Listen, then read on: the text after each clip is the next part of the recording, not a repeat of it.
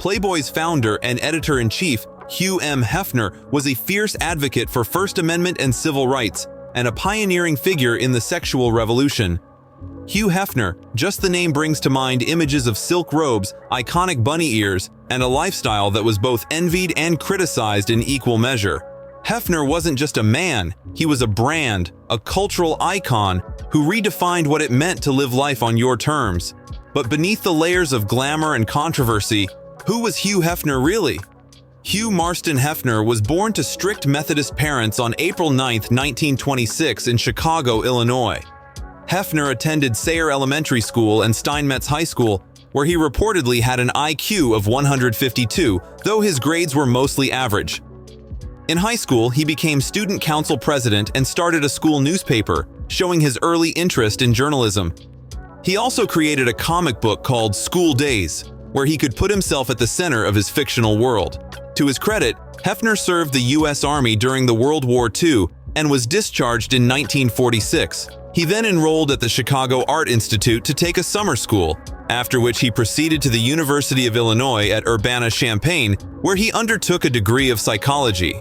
He received his bachelor's degree in 1949, and that same year, he got married to Mildred Williams. But it was not all fun and games.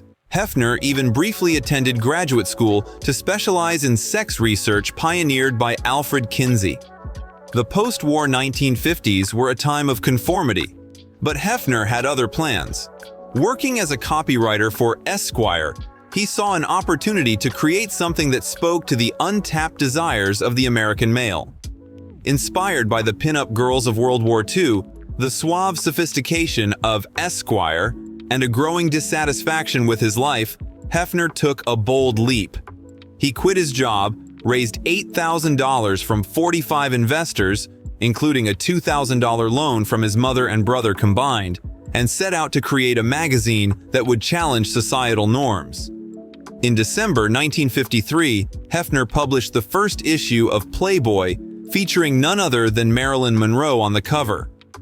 To boost the magazine's chances of success, Hefner bought a nude color photograph of Marilyn Monroe, taken a few years earlier, and featured it as the centerfold. The first issue sold over 50,000 copies and became an instant hit. In the 1950s, America was moving away from decades of war and economic depression. For many, Playboy offered a refreshing escape from the sexual repression of the time. Although some initially dismissed it as mere pornography, the magazine quickly expanded its readership with insightful articles and a sophisticated style. The Playboy logo, featuring a stylized rabbit in a bow tie, debuted in the magazine's second issue, chosen by Hefner for its humorous sexual connotation and playful image. Hefner aimed to differentiate Playboy from other men's magazines by targeting the cosmopolitan, intellectual male and incorporating more explicit sexual content. In the 1960s, through a 25-part editorial series called The Playboy Philosophy, Hefner shared his views on politics, governance, and human sexuality, while recognizing that the magazine's success ultimately hinged on its nude imagery. Hefner dedicated much of his life to Playboy, which by the late 1950s had outpaced Esquire in circulation, selling 1 million copies a month. However, his personal life suffered. He and his first wife divorced in 1959 after having 2 children, Christy and David. As a single man, Hefner was known for his numerous girlfriends and romantic charm, but he also gained a reputation for being controlling and enforcing double standards. In the 1960s, Hefner became the sophisticated, pipe-smoking face of Playboy, often seen with famous and wealthy figures, surrounded by young women. He positioned himself as a charismatic leader of the sexual revolution during Playboy's golden age. Rising circulation enabled him to launch racially inclusive private key clubs, staffed by Playboy bunnies in iconic outfits who were held to strict appearance standards and maintained professional boundaries with patrons. Hefner's Playboy Enterprises expanded into hotel resorts, modeling agencies, and various media ventures. He hosted 2 short-lived TV shows: Playboy's Penthouse, 1959 to 1960, with guests like Ella Fitzgerald and Tony Bennett, and Playboy After Dark, 1969 to 1970, featuring Milton Berle and James Brown. Both shows were set in a bachelor pad with Playboy playmates, where Hefner and his guests discussed a range of topics. By 1971, Hefner had built Playboy Enterprises into a large business, going public and reaching a monthly circulation of 7 million copies in 1972 with $12 million in profits. The brand continued moving into clubs, TV shows, and a jazz festival, and Hefner led a very lavish lifestyle with beautiful women.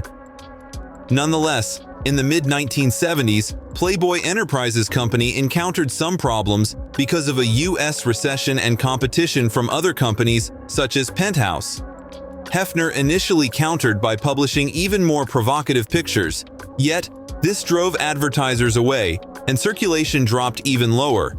In response, Hefner refocused on magazine publishing, leading Playboy Enterprises to divest from unprofitable clubs and hotels, while maintaining its new photography standards and adding features like Girls of the Big Ten.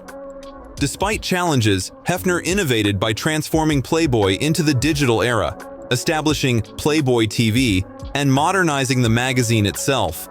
He also produced the reality show The Girls Next Door, which featured the lives of women in Playboy Mansion and shifted his image from the enigmatic Playboy to a more relatable and sensitive man. The Girls Next Door was more than just a reality show. It was a rebranding effort. By the 2000s, Hefner's life had become a spectacle, and the show brought it into living rooms across America.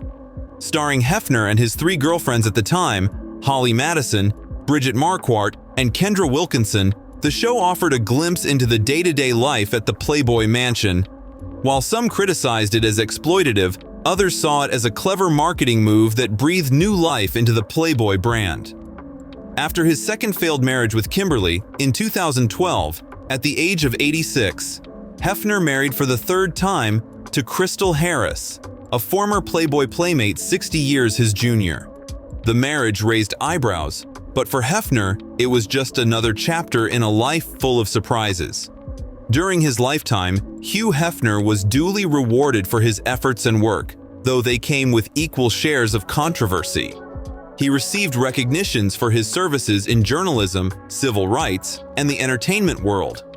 Hefner was also inducted into the Hall of Fame of the American Society of Magazine Editors. Hugh Hefner died on September 27, 2017, at the age of 91. He passed away in the Playboy Mansion with family around him. Hefner passed on, but he left a legacy of his own making. He was buried next to Marilyn Monroe, the woman who aided him in kickstarting his business empire. Fitting, isn't it? The man who had spent his life celebrating the ideal of the glamorous, free-spirited woman was laid to rest beside the one who had come to symbolize it. Hugh Hefner was a man of many contradictions, an advocate for civil liberties, who was also seen as an objectifier of women, a man who lived a life of excess, but also fought for important social causes.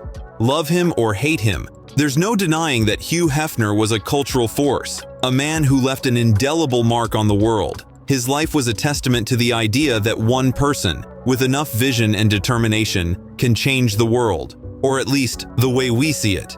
Thanks for tuning in.